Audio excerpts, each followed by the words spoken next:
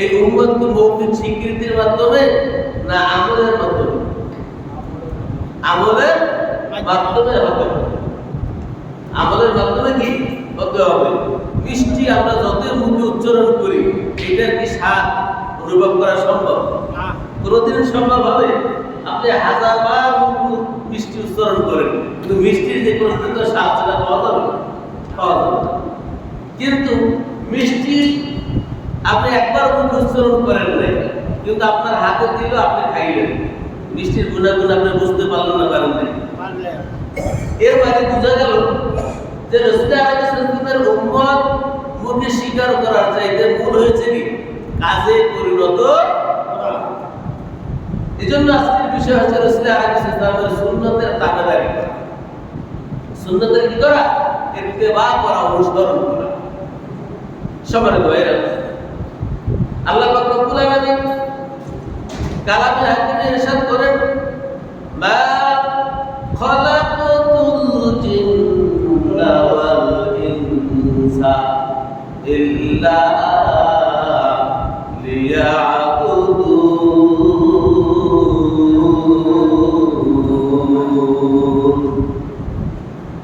আল্লাহ রাব্বুল আলামিন বলেন, ও দুনিয়ার মানুষেরা লক্ষ্য করে শোনো, আমি আল্লাহ পাক রব্বুল আলামিন তোমাদেরকে সৃষ্টি করেছি, আমি মানুষ এবং জিনকে সৃষ্টি করেছি কেবলমাত্র শুধুমাত্র আমি আল্লাহ পাক রব্বুল আলামিনের গোলামি করবে, আমি আল্লাহ রব্বুল আলামিনের দাসত্ব করবে, আমি আল্লাহ রব্বুল আলামিনের হুকুম মতন চলবে।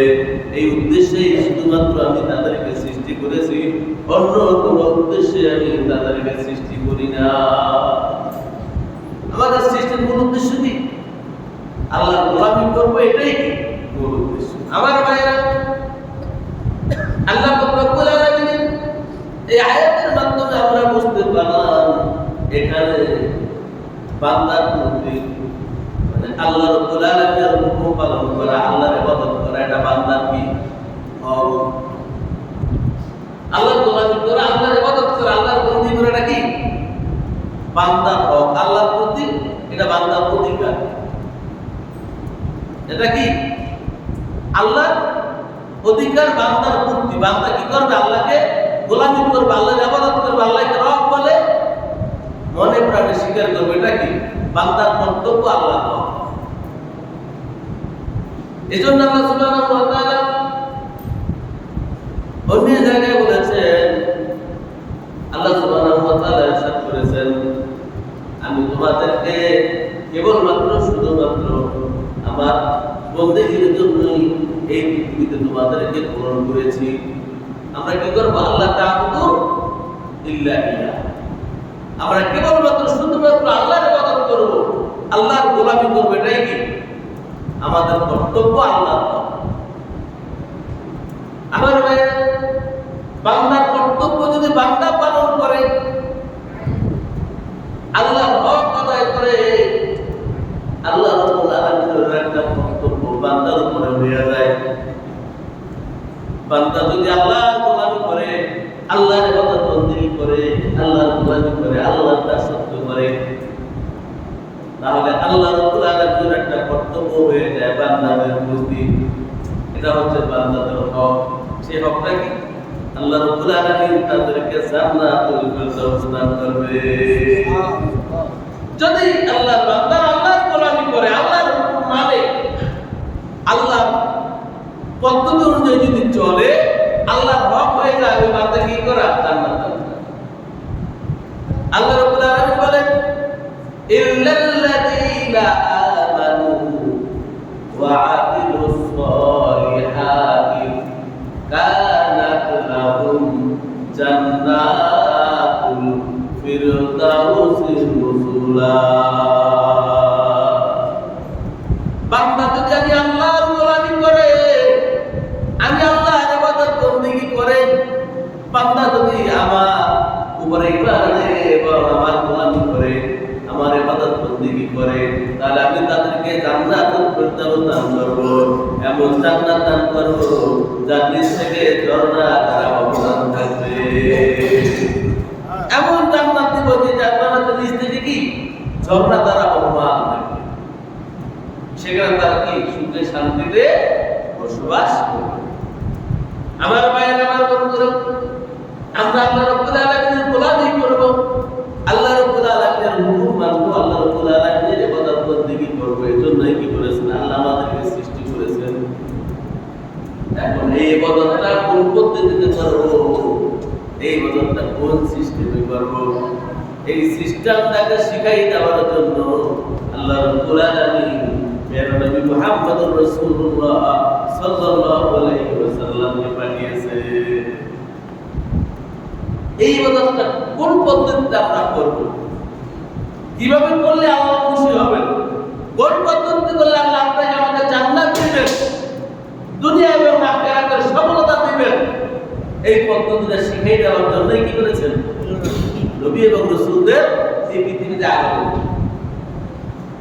আমাদের ভাইয়েরা, আমার বন্ধুরা, আমাদের নবী প্যারা নবী রাসূল আলামিন সাল্লাল্লাহু আলাইহি ওয়াসাল্লাম এই পৃথিবীতে এসে প্র্যাকটিক্যালি এই ইবাদত আমাদেরকে শিখাইতেছেন না? তাই না মৌখিকভাবে?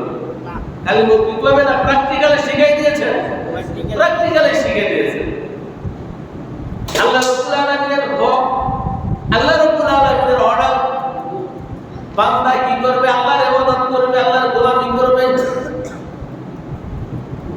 এটা বান্দার কর্তব্য। আমরা কালেমার ভিতরে বলি আশহাদু আল্লা ইলাহা ইল্লাল্লাহু ওয়া আশহাদু আন্না মুহাম্মাদান আবদুহু ওয়া রাসূলুহু। এখানে কয়টা অংশ? দুইটা অংশ আছে। আল্লাহ রাব্বুল আলামিন আমাদেরকে শিখিয়ে দিয়েছেন, ও দুনিয়ার মানুষেরা তোমরা সাক্ষী দাও। তোমরা কি করো? সাক্ষী প্রদান করো। আশহাদু আল্লা ইলাহা ইল্লাল্লাহ, আমি সাক্ষ্য দিতেছি যে আল্লাহ ছাড়া কোনো ইবাদতকারী নাই, আল্লাহ ছাড়া কোনো সৃষ্টিকর্তা নাই, আল্লাহ ছাড়া কোনো পালন করনেওয়ালা নাই, আইনদাতা নাই, বিধানদাতা নাই। এই সাক্ষ্য কি করো? তোমরা প্রদান করো। এই সাক্ষী আমরা দিয়েছি না? সাক্ষী দিয়েছি আমরা।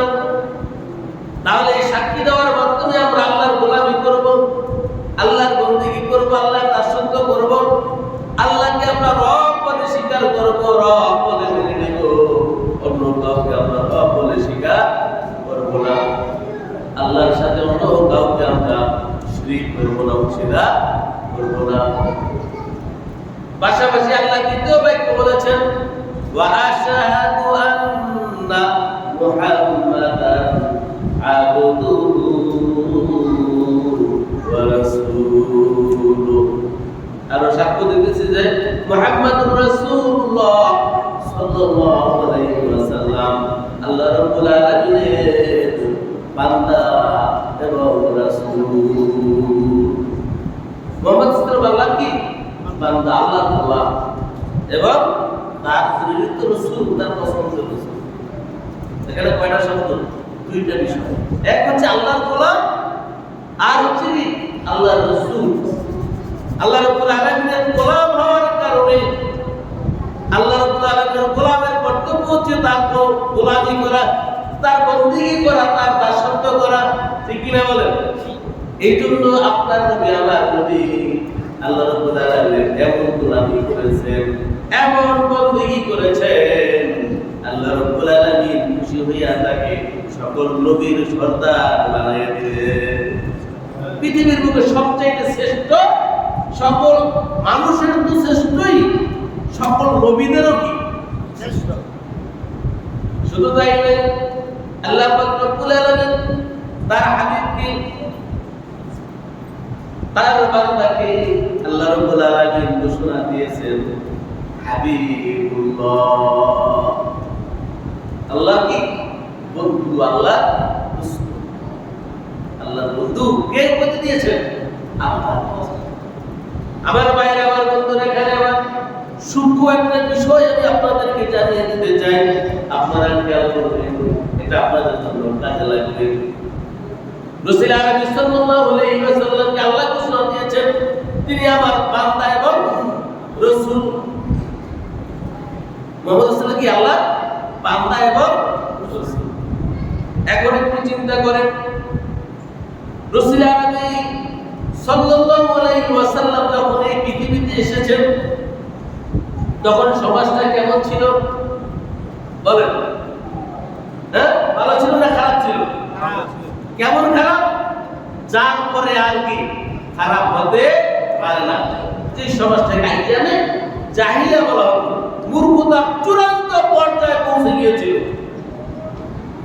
এই সময় আল্লাহ রাব্বুল আলামিন তার হাবিবকে দুনিয়ার মধ্যে প্রেরণ করেছেন। হাবিবকে প্রেরণ করে আল্লাহ রাব্বুল আলামিন ঘোষণা দিলেন, এই আমার দোস্ত, আমার হাবিব, আমার বন্ধু, সে হলো আমার বান্দা এবং আমার রাসূল। কিন্তু আরবের নেতৃস্থানীয় আবু জাহেল, আবু লাহাব, উতবা, শাইবা, কাফের মুশরিক বেদিনেরা রাসূল আরবি সাল্লাল্লাহু আলাইহি ওয়াসাল্লামকে আল্লাহর বান্দা হিসেবে তারা স্বীকৃতি দিয়েছে, কিন্তু রাসূল হিসেবে তারা স্বীকৃতি দেয় না। রাসূলকে তারা কি মানুষ হিসেবে স্বীকৃতি দিয়েছে, আব্দুল্লাহর পোলা স্বীকৃতি দিয়েছে, কিন্তু রাসূল হিসেবে তারা স্বীকৃতি দেয়নি। রাসূল হিসেবে স্বীকৃতি না দেওয়ার কারণে তারা দুনিয়ার বুকে কাফের হিসেবে সাব্যস্ত হয়েছে, আল্লাহর লানতের অন্তর্ভুক্ত হয়েছে, আল্লাহর গজবের অন্তর্ভুক্ত হয়েছে, রহমত থেকে তারা বঞ্চিত হয়ে গিয়েছে। রহমত থেকে কি বঞ্চিত হয়েছে, আল্লাহর লানতের পাত্র হিসেবে কি সাব্যস্ত হয়েছে। আমার ভাইরা, আমার বন্ধুরা, কাফের মুশরিক বেঈমানরা আল্লাহর নবীকে মানুষ হিসেবে স্বীকৃতি দিয়েছে, আব্দুল্লাহর বেটা হিসেবে স্বীকৃতি দিয়েছে, রাসূল হিসেবে স্বীকৃতি দেয় নাই।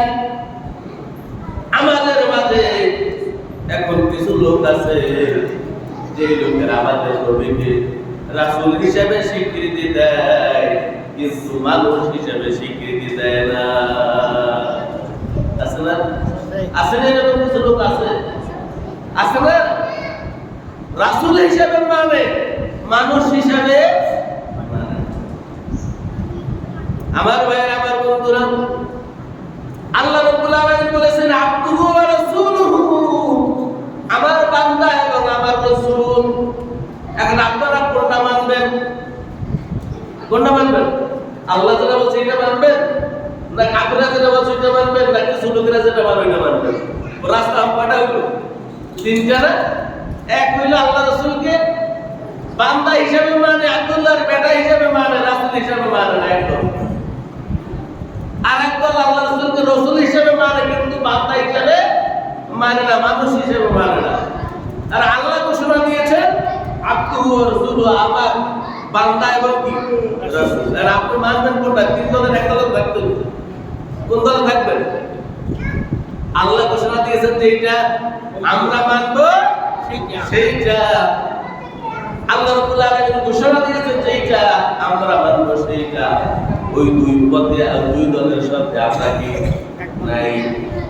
এই দুই দলের সাথে থাকলে সমস্যাটা কি দেখেন, যারা আল্লাহর নবীকে মানুষ হিসেবে মানে, রাসূল হিসেবে মানে না, তারা রাসূলকে সাধারণ মানুষ হিসেবে স্বীকৃতি দেয়। তার কাছে যে কোরআন এসেছে, তার কাছে যে দ্বীনের বিধান এসেছে, এই বিধানকে তারা কি মানে নাই। এই বিধানকে তারা মানে নাই, না মানার কারণে তারা কি জাহান্নামী। আর যারা তাকে রাসূল হিসেবে মানবে, তাকে বান্দা হিসেবে মানবে না, তারা রাসূলকে মহব্বত করবে, রাসূলকে ভালোবাসবে, কিন্তু রাসূলের যে আদর্শ তারা পালন করবে না। রাসূলের যে আদর্শ, সে আদর্শ মানবে না, তারা রাসূল হিসেবে স্বীকৃতি দিবে, কিন্তু রাসূল যেটা করছে সেটা করবে না। রাসূল যেটা করছে সেটা তারা করে না। রাসূল আরবি সাল্লাল্লাহু আলাইহি ওয়াসাল্লাম ওবাদের আগ পর্যন্ত কি করেছেন? নামাজ পড়েছেন। আপনাকে আমাকে নামাজ শিখাইছেন, তারা নামাজ পড়বে না। রাসূল হিসেবে মানে খুব মহব্বত করে, নামাজের ধারে কাছে যায় না। রাসূল আরবি সাল্লাল্লাহু আলাইহি ওয়াসাল্লাম সুন্দর একটা সমাজ উপহার দিয়েছে, ঠিক কি না? এরকম সুন্দর একটা সমাজ উপহার দেওয়া আপনার আমার সকলের দায়িত্ব আছে না নাই? সে দায়িত্ব তারা নেবে না। তারা রাসূল হিসেবে মানে, তারা বলে রাসূলের দ্বারা এটাই সম্ভব ছিল। খারাপ যুগটাকে ভালো যুগ বানানোর ক্ষমতা রাসূলের কাছেই ছিল, যেহেতু সে আল্লাহর নবী। এটা আমাদের দ্বারা সম্ভব না। বলে না, বলে না, আছে না নাই? এখন আমরা আল্লাহ রাসূলকে রাসূল হিসেবেও মানি, বান্দা হিসেবেও মানি, যার কারণে রাসূল আরবি সাল্লাল্লাহু আলাইহি ওয়াসাল্লাম যেটা বলেছেন সেটাও কি আমরা মানি, এবং রাসূল আরবি সাল্লাল্লাহু আলাইহি ওয়াসাল্লাম যেটা করেছেন আমরা সেটাও করি। এইজন্য আল্লাহ রাব্বুল আলামিন বলেন, কুল ইন কুনতুম তুহিব্বুনাল্লাহ ফাত্তাবিউনি ইউহিব্বুকুমুল্লাহ। ও দুনিয়ার মানুষেরা, তোমরা যদি আল্লাহর মহব্বত পেতে চাও, আল্লাহর ভালোবাসা পেতে চাও, তাহলে কি করো? আমার রাসূলের ইত্তেবা অনুসরণ করো। তাহলে কি করতে হবে? রাসূলের ইত্তেবা, রাসূলের অনুসরণ, রাসূলের কথা কি করতে হবে? মানতে হবে। তার কাজ, তার অনুমোদন, তার কথা সব কিছু কি করতে হবে? মানতে হবে। এখন আপনি যদি বলেন রাসূলের দ্বারা সম্ভব হয়েছে, আমার দ্বারা সম্ভব হবে না, তাহলে কি অনুসরণ করা হলো? অনুসরণ করা হলো? হলো না। বন্ধু, আপনার আমার দ্বারা এরকম হুবহু সম্ভব হবে না, কিন্তু আপনাকে আমার ওভাবে চেষ্টা ফিকির করতে হবে, ওভাবে 100 ফিকির করতে হবে, চেষ্টা করতে হবে। কিন্তু আপনি যেটা পারেন নাই সেটা ভাবছেন কার কাছে? আল্লাহ, আমি চেষ্টা করেছি কিন্তু পারি নাই। কিন্তু আপনি চেষ্টা করবেন না, আপনি বলবেন রাসূলের দ্বারা সম্ভব, আমার দ্বারা সম্ভব না। আপনি কি আমাকে ময়দানে রাসূলের পরিচয় দিলেও রাসূল আপনাকে পরিচয় দিবে? দিবে না, কারণ আপনি রাসূলের অনুসরণ করেন না। রাসূল আরবি সাল্লাল্লাহু আলাইহি ওয়াসাল্লাম আপনাকে স্বীকৃতি দিবেন না। আসলে কথা বলে যাবে না, উম্মতের মাঝে কথা বলে যাবে না, আল্লাহ রাসূল স্বীকার করবে না। আল্লাহ রাসূল বলেন, সুবহান সুবহান লিমান নুবয়্যির আমিন বা তুরহ, আমাকে বিরক্ত করিও না, আমার উম্মতদেরকে সুপারিশ করে জান্নাতে নেওয়ার সুযোগ দাও। রাসূল আরবি সাল্লাল্লাহু আনন্দিত হয়ে যাবেন, ঠিক না বলেন? এইজন্য আমার বন্ধুরা, আমার ভাইয়েরা, রাসূল আরবি সাল্লাল্লাহু আলাইহি ওয়াসাল্লামের ইত্তিবা অনুসরণ করতে হবে। রাসূল আরবি সাল্লাল্লাহু আলাইহি ওয়াসাল্লাম আযান দেওয়ার পরে মসজিদে নববীতে দেখেন লোক কম। রাসূল আরবি সাল্লাল্লাহু আলাইহি ওয়াসাল্লাম বলেন, ও সাহাবারা, যে সমস্ত লোক আযান শোনার পরে মসজিদে আসলো না, আমার এখন প্রয়োজন, আমার এখন মনে চায় আমি তোমাদেরকে বলি, কাঠ নিয়ে আসো, লাকড়ি নিয়ে আসো, সকল ঘরগুলো জ্বালাইয়া দাও। কেন আমি জ্বালাই নাই না? এই জন্য, কেন সেখানে নারী এবং শিশু রয়েছে, এই জন্য জ্বালাই না। নারী এবং শিশু যদি না থাকতো আমি ঘরগুলো জ্বালাইয়া দিতাম। কেন না? আমি ডাকছি আল্লাহ, মুয়াজ্জিন ডাকছে আল্লাহর জন্য, রবের দিকে, রবের হুকুম পালন করার জন্য। তারা ঘরে বসে রয়েছে, আমি ঘরগুলো জ্বালাইয়া দিতাম। কিন্তু জ্বালাই দেয় না কেন? নারী আছে আর শিশু আছে, তাদের কষ্ট হবে, এই জন্য আমি কি করি? জ্বালাইয়া দিই না। তাহলে কি আল্লাহ ধমক দেয় নাই? আপনার আবার দেয় নাই? দিছেনি? তাহলে আল্লাহ রাসূলকে আত্মহুয়া রাসূল মানতে হবে, মনে প্রাণে স্বীকার করতে হবে এবং অনুসরণ করতে হবে। অন্যথায় কি দুনিয়াতেই তো আল্লাহ রাসূল কি করেছেন? ঘর জ্বালাই দেওয়ার হুমকি দিয়েছেন। অতএব কিয়ামতের ময়দানে কি মেনে নেবেন? সেখানেও কি সুবহান সুবহান লিমান নুবয়্যির আমিন বা কি বলে দূর করে দিবেন। এজন্য এখনই আমার আকীদা ঠিক করতে হবে, এখনই কি আমার আকীদা ঠিক করতে হবে। আল্লাহ কোরআন বলছে আব্দুহু ওয়া রাসূলুহু, আমরা বলবো আব্দুহু ওয়া রাসূলুহু। তিনি আল্লাহর বান্দা এবং রাসূল, এটা আমরা মেনে নেব এবং সেই অনুযায়ী আমরা পালন করার চেষ্টা করব ইনশাআল্লাহ। সম্মানিত ভাইরা, এজন্য সুন্নাত হচ্ছে 3 ধরনের। সুন্নাত হচ্ছে কয় প্রকার? 3 প্রকার। এক প্রকার হচ্ছে হাদিস, রাসূল আরবি সাল্লাল্লাহু আলাইহি ওয়াসাল্লামের হাদিস, আল্লাহ রাসূল বলেছেন, তারাকতু ফীকুম আমরাইন লান তাদিল্লু লা তামাসসাকুম বিহিমা কিতাবুল্লাহি ওয়া সুন্নাতু রাসূলিহি। আল্লাহ রাসূল বলে, হয়তো আগামীতে তোমাদের সাথে আমার সাক্ষাৎ নাও হতে পারে ও সাহাবারা, আমি তোমাদের কাছে দুইটা জিনিস রেখে যাচ্ছি। কয়টা? দুইটা জিনিস রেখে যাচ্ছি। একটা হচ্ছে আমার আল্লাহ রাব্বুল আলামিনের কালাম, আল্লাহ রাব্বুল আলামিনের কোরআন, আর একটা হচ্ছে আমার হাদিস, আমার জীবন আদর্শ, আমার সুন্নাহ। কি? হাদিস। এই দুইটা জিনিস যদি তোমরা আঁকড়ে ধরতে পারো ও সাহাবারা, পরবর্তী উম্মতেরা, তোমরা কখনো পথভ্রষ্ট হইবে না। আর যদি তোমরা এই দুইটা আঁকড়ে ধরতে না পারো, তোমরা পথভ্রষ্ট হয়ে যাবে।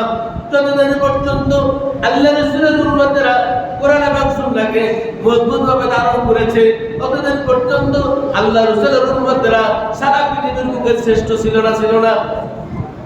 সারা পৃথিবীর বুকে আল্লাহ রাসূলের উম্মতেরা শ্রেষ্ঠ ছিল। পুরো পৃথিবী শাসন করেছেন কারা?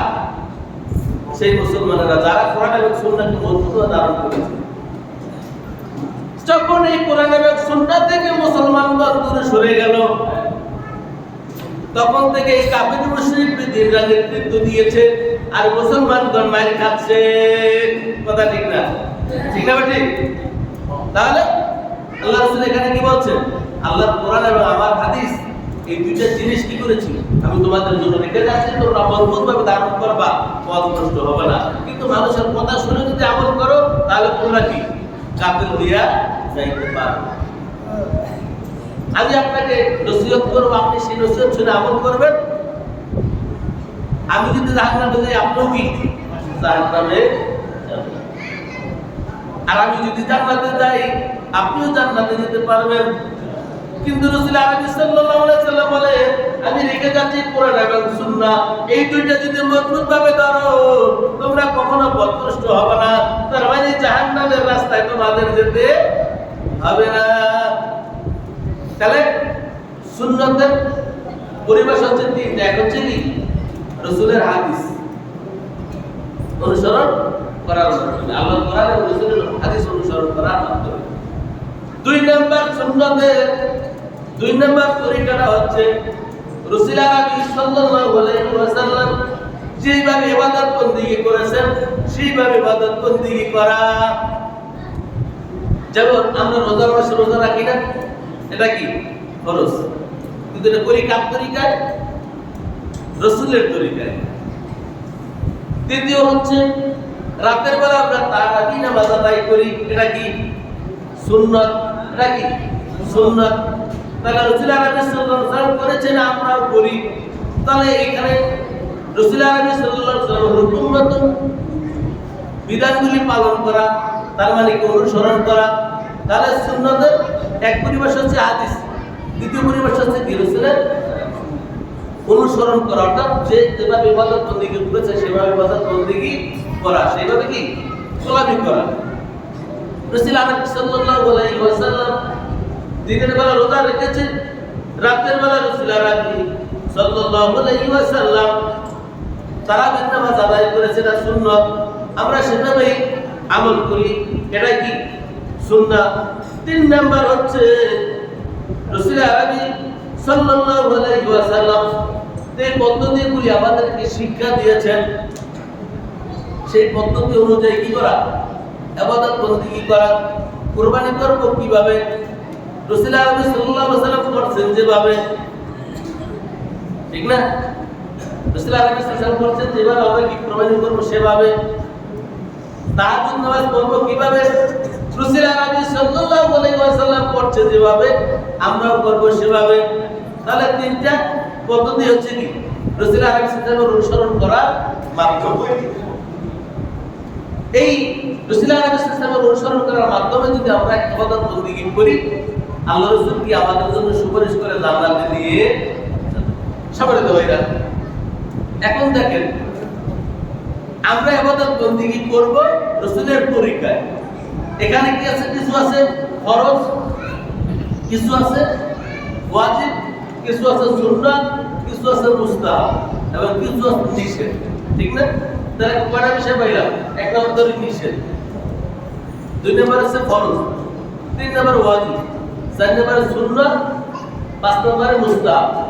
আমল করার মাধ্যম কয়টা? 5টা।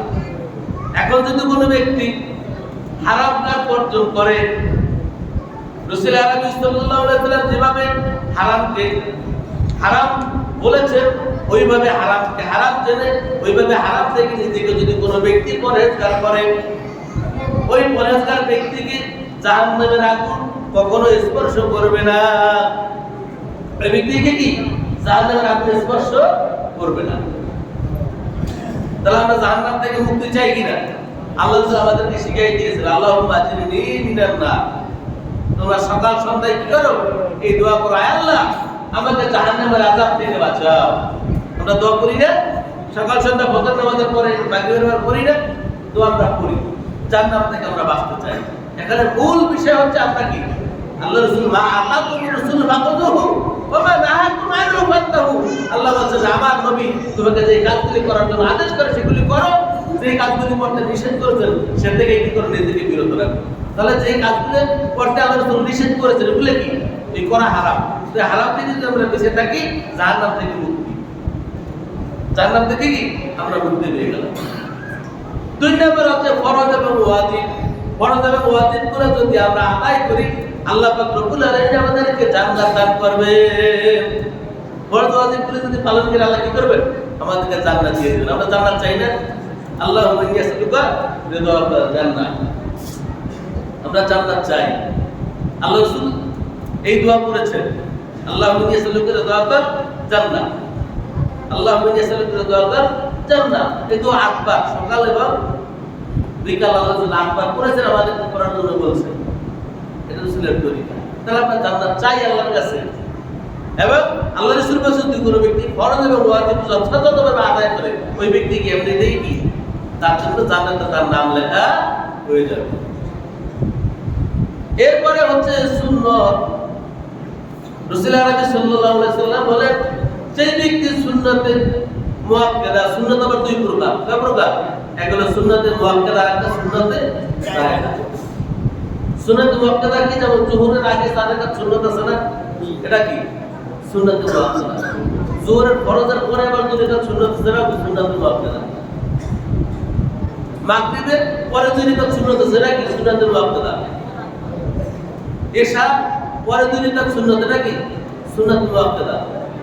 ফজরের আগে 2 রাকাত সুন্নাত, এটা কি সুন্নাতে মুআক্কাদা। আল্লাহ নবী বলেন যে ব্যক্তি সুন্নাতে মুআক্কাদা আদায় করবে ওই ব্যক্তির জন্য সুপারিশ করা আমি নবীর জন্য ওয়াজিব হয়ে যাবে। সুবহানাল্লাহ। যে ব্যক্তি সুন্নাতে মুআক্কাদা আদায় করবে ওই ব্যক্তির জন্য কি আল্লাহর জন্য সুপারিশ ওয়াজিব হয়ে যাবে। তাহলে আর সুন্নাতে জায়েদা কি? ইশার নামাজের আগে 4 রাকাত সুন্নাত আছে, আসরের নামাজের আগে 4 রাকাত সুন্নাত আছে, এটাকে সুন্নাতে জায়েদা। পড়লে সওয়াব আছে, না পড়লে কি নাই? গুনাহ নাই। এরকম নফল যত ইবাদত বন্দেগী আছে যদি কোনো ব্যক্তি আমল করে সওয়াব আছে, আমল না করলে কি নাই? কোনো গুনাহ নাই। তবে যে ব্যক্তি আমল করবে নিয়মিত ওই ব্যক্তিকে আল্লাহ কি করবে? তাকে বন্ধু বানিয়ে নেবে। সুবহানাল্লাহ। যে ব্যক্তি আমল করবে ওই ব্যক্তিকে আল্লাহ কি তার বন্ধু বানিয়ে নেবে, আল্লাহর ওলি হয়ে যাবে। কিন্তু যদি কোনোদিন আমল না করে তাহলে সে কি গুনাহ হবে না এবং সে জাহান্নামে যাবে না, জান্নাত পাবে। তাহলে বলতে পারেন যে হুজুর যেহেতু গুনাহ হবে না আর ফরজ ওয়াজিব আদায় করলে আমি জান্নাত পাবো, সুন্নাতুল মুআক্কাদা পালন করলে রাসূলের সুপারিশ পাবো, হারাম কাজ বর্জন করলে জাহান্নাম থেকে মুক্তি, তাহলে তো আমার নফল সুন্নাতে যারা আমল করার দরকার নাই। কি বলেন? দরকার নাই। কিন্তু যদি কোনো ব্যক্তি এই সুন্নাতে মুআক্কাদা, এই সুন্নাতে জায়েদা বা নফল ইবাদত যদি কোনো ব্যক্তি করে ওই ব্যক্তির ফায়দা হচ্ছে কি আল্লাহ রাব্বুল আলামিন তাকে বন্ধু বানাবে। আর আল্লাহ রাব্বুল আলামিনের যে বন্ধু হবে আল্লাহ রাব্বুল আলামিন তার সাথে কি করবেন? সাক্ষাৎ করবেন। আমার ভাইরা, আমার বন্ধুরা, রাসূল আরবি সাল্লাল্লাহু আলাইহি ওয়াসাল্লাম বলে জান্নাতে আল্লাহ রাব্বুল আলামিন জান্নাতি ব্যক্তিদের জন্য অসংখ্য নাজ নেয়ামত রেখেছেন। জান্নাতি ব্যক্তি যখন জান্নাতে যাবে যার কারণে জান্নাতি ব্যক্তি খুশি হয়ে যাবে। জান্নাতের নিয়ামত ভোগ করবে আর খুশি সন্তুষ্ট থাকবে রবের প্রতি, আল্লাহর প্রতি তারা খুশি থাকবে। কিন্তু তাদের মনের ভিতরে একটু ব্যথা থাকবে, আরে যেই আল্লাহ রাব্বুল আলামিন এত সুন্দর নিয়ামত জান্নাত দান করলেন, সেই আল্লাহকে কখন দেখবো? আল্লাহকে দেখার জন্য কি তার মনটা বেকুল থাকবে? কিন্তু যে ব্যক্তি এই সুন্নতে জায়েদা নফল ইবাদত বেশি বেশি করবে, আল্লাহ রাব্বুল আলামিন ওই ব্যক্তির সাথেই নিয়মিত সাক্ষাৎ করবে। তাহলে আপনি জান্নাত পাইলেন, জাহান্নাম থেকে মুক্তি পাইলেন, রাসূলের সুপারিশও পাইলেন, কিন্তু আল্লাহর সাক্ষাৎ পাইলেন না। সুখ আছে? সুখ আছে? নাই। যেমন ধরেন কোন ব্যক্তি বিবাহ করলো, বরযাত্রীতে সবাই গেল, 100-150 লোক গেল, বর গেল না, বিবাহ সম্পন্ন হইল, সবাই খাওয়ানো দিল, সবকিছু ঠিকঠাক হইল, বর না পাইলে কি বিবাহ পরিপূর্ণ হইল না? বিবাহ হইল, স্ত্রীকেও স্বামীর বাড়ি আনা হলো, স্বামীর বাড়ি আনার পরে স্বামীর বাড়ির চাবি স্ত্রীর হাতে বুঝাই দেওয়া হলো, বাড়িঘর সব তারে বুঝাই দেওয়া হলো, এই তোমার পাকের ঘর, এই তোমার গোসলের ঘর, এই তোমার থাকার ঘর, এই তোমার অতিথির ঘর, সব তারা ঠিকঠাক দেওয়া হলো। কিন্তু স্বামীর সাক্ষাৎ পাইল না। কি করে? ওই ব্যক্তি খুশি না বেজার? কি বলেন? স্বামীর বাড়িও গেছে, স্বামীর সব অধিকার তারা দেওয়া হয়েছে, ঘরের চাবিও তার হাতে দিয়ে দেওয়া হইলো, সবকিছু বুঝাই দেওয়া হলো, কিন্তু স্বামীর সাক্ষাৎ পায় না। তার মানে কি সে কিছুই পায় না? আমার ভাইয়ের, আমার বন্ধুরা, জান্নাতের ব্যক্তি জান্নাতে পাইলো, সব নাজ নেয়ামত পাইলো, আল্লাহর সাক্ষাৎ হইল না, তার মনটা কি? সে মনে হইলো যেন কিছুই পায় না। এই জন্য বেশি বেশি নফল ইবাদত করার মাধ্যমে, সুন্নতে জায়েদা আমল করার মাধ্যমে আল্লাহর ওলি হয়ে যেতে হবে, আল্লাহর সাক্ষাৎ জান্নাতে পাওয়ার জন্য। আল্লাহ রাব্বুল আলামিন আমাদেরকে রাসূল আলাইহিস সাল্লামের তরিকা অনুযায়ী বেশি বেশি নেক আমল করে আল্লাহ রাব্বুল আলামিন আমাদের সবাইকে জান্নাত নসিব করার তৌফিক দান করুন। সকলে বলি আমিন। ওয়া মা তাওফীক ইল্লা বিল্লাহ। আসসালামু আলাইকুম ওয়া রাহমাতুল্লাহি ওয়া বারাকাতুহু। ভাই যারা সুন্নাত করে নাই